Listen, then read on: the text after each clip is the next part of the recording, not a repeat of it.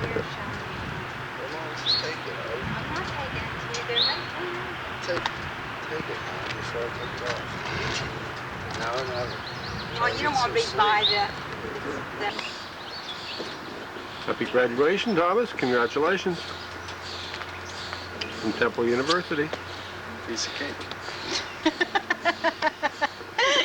Did you hear that? What? Piece of cake. Piece of cake.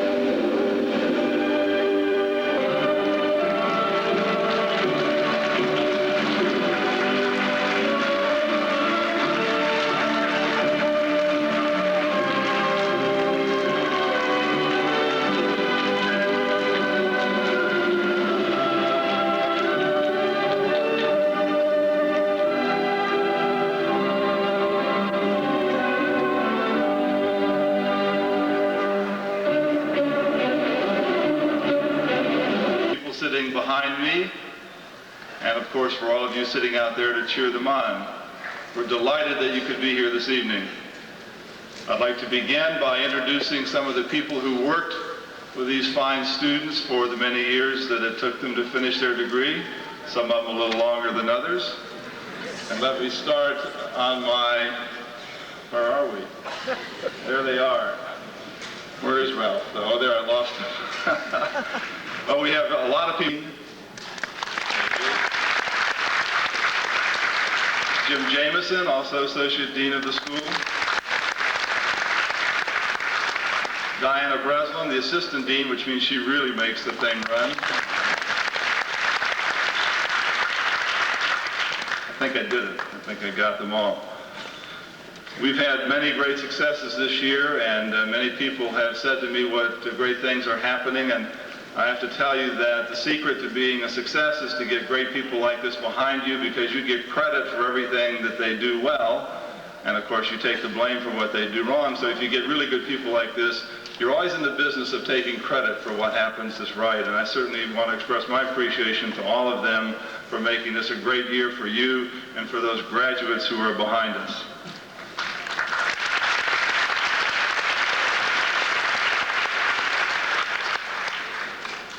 Hopefully all of you have a program. I'd like to call your attention to the long list of award recipients there. We did have a separate awards banquet this year, award ceremony, and so we will not be naming those awards and giving them this evening, but you might take a look at it through the evening. and see how many different awards we have for very different performances, all stars in their own way. It's a real tribute to them, and we're very proud of them to have them as part of our graduating class. Now comes my part, and I learned a long time ago by sitting in the position that you're in that we always like to have very short graduation speeches, and so every year I think I deliver exactly what you want, a short talk, and I think it'll be a short one tonight. A lot of interesting things have happened this year, but I get a transition that's providing you with such an opportunity. Your brains are probably saying, party, party, party. But tomorrow, maybe even tonight, through the dull haze of spirits that will have invaded your brains, you'll say, now what do I do next? It's a good question. Some of you will not want to face the real world and will immediately apply for the MBA program. Paula Greenberg is here to help you out. Just talk to her after the ceremony. Others will scare your parents to death and move back home until you find a job. Parents, a note of advice: once they move out, sell the house, downsize, don't leave them any room to move back in. Most of you have or will sooner or later a job. It's a terrible word. Real silence falls out on the audience. A job. 8 to 5, 9 to 5 maybe, whatever. It may not be the job that you dreamed of, and it might not even be the one you trained for. But it's a job, and that's a good start. After all, luck is really working hard to be prepared to take advantage of opportunities when they present themselves, and you never know what might come along. For our part, we hope you all find your way into great jobs and become fabulously rich in the process. Russell Conwell, Temple's founder, had much the same thought for his graduates, and he told them so. Offended by his encouragement for profit-making, one student once came to his office and said, "The Holy Scriptures declare that money is the root of all evil." With the patience of a great teacher, Conwell asked the student to get his Bible and read him the quotation that passed this judgment. The student returned and proudly read the text, and I quote, "The love of money is the root of all evil. The love of money is the root of all evil." Conwell went on to observe, when a man makes an idol of the money instead of the purposes for which it may be used, then it is made the root of all evil. Think how soon you could endow Temple College yonder, quite a bit yonder, if you only had the money and the disposition to give it. Love is the grandest thing on God's earth, but fortunate the lover who has plenty of money, for he can do great good for his fellow man. Indeed, as successful business people, you will create much wealth and many opportunities for others as well as for yourselves. This is the nature of our economic system. Growing a company from 10 to 1,000 employees creates much good as long as it's done ethically. Accumulating millions or billions by simply dealing a bit sharper than other people may not produce the same result. Although there is no argument about the magnitude of wealth Michael Milken accumulated, we will long debate over how much wealth and how many jobs, if any, he created.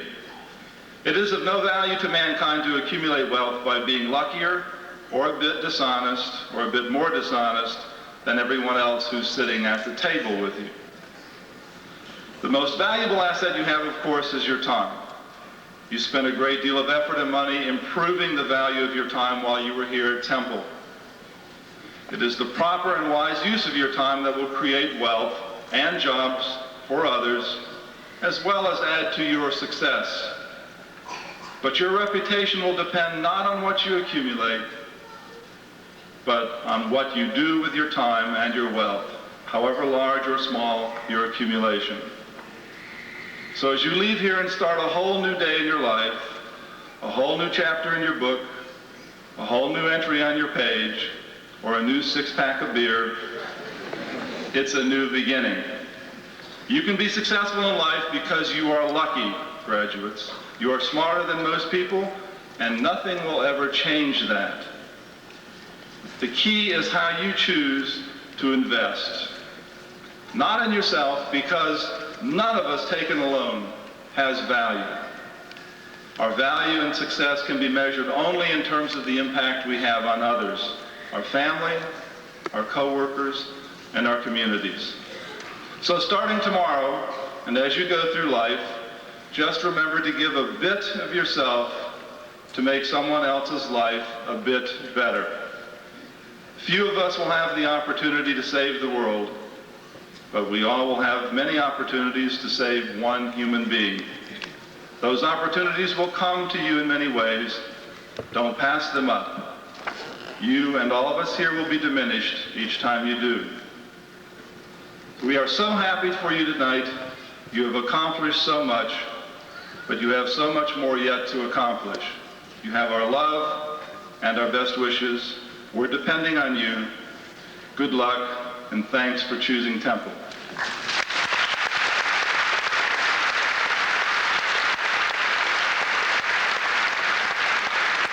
Kelly A. McKee.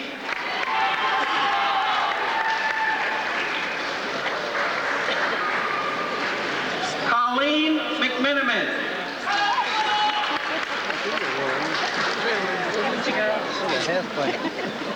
Cheryl McTeague.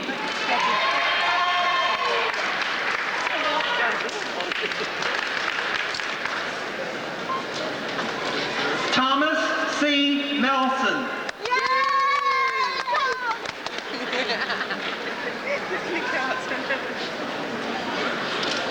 David Matei, cum laude.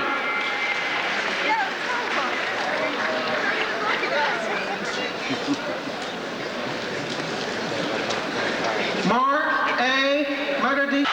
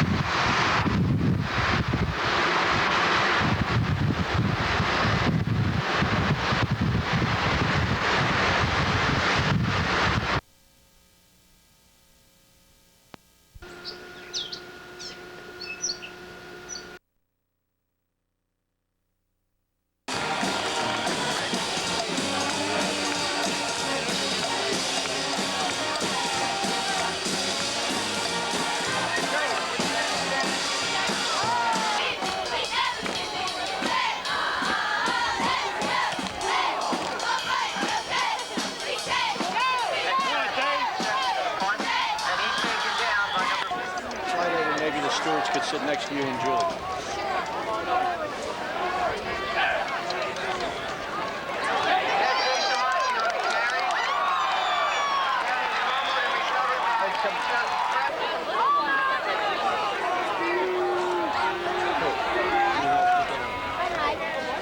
I'm your mother. All right.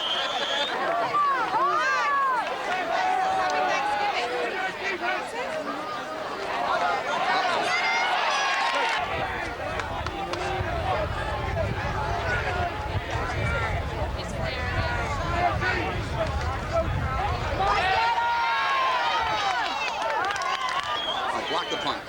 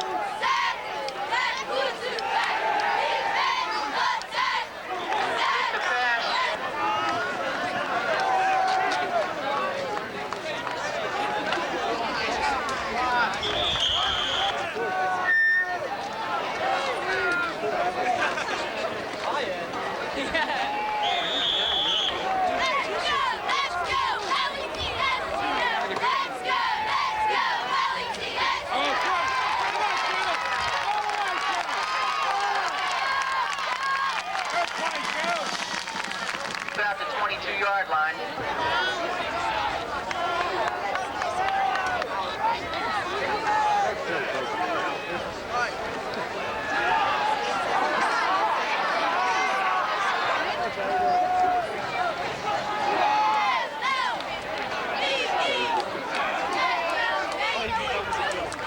Come on, Jerry.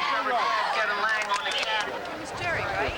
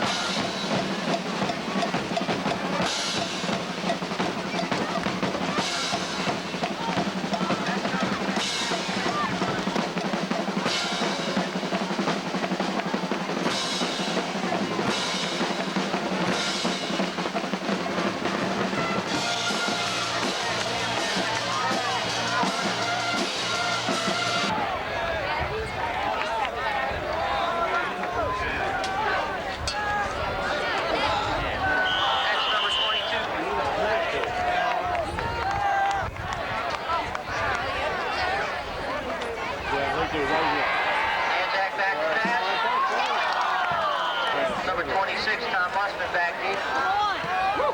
That's 15. Howard on the kick.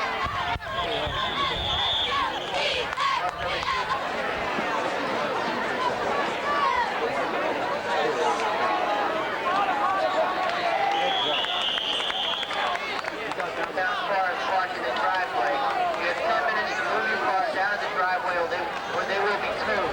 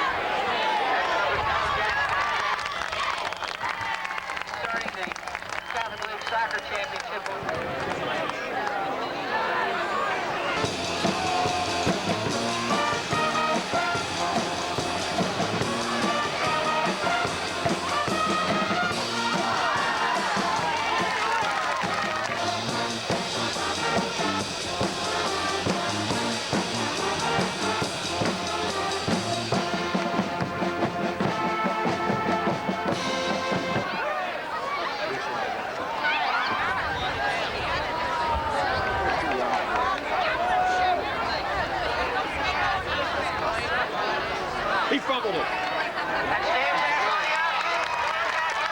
The 20-yard touchdown run by number 10.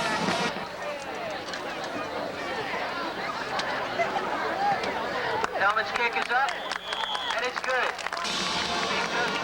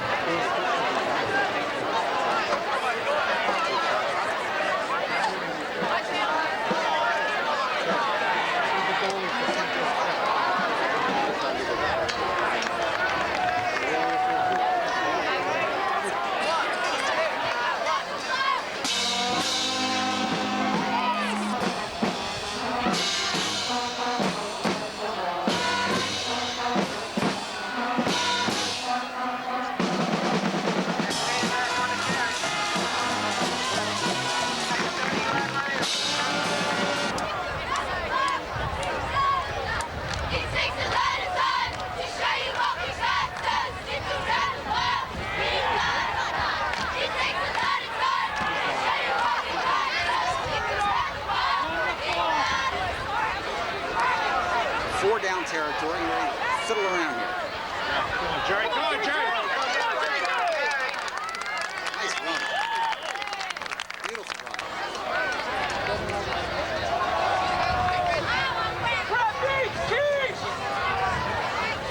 That's number 44, Asamachi.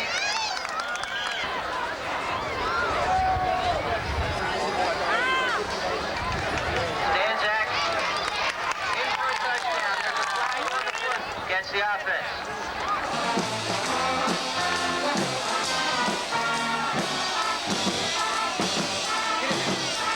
That's number 12.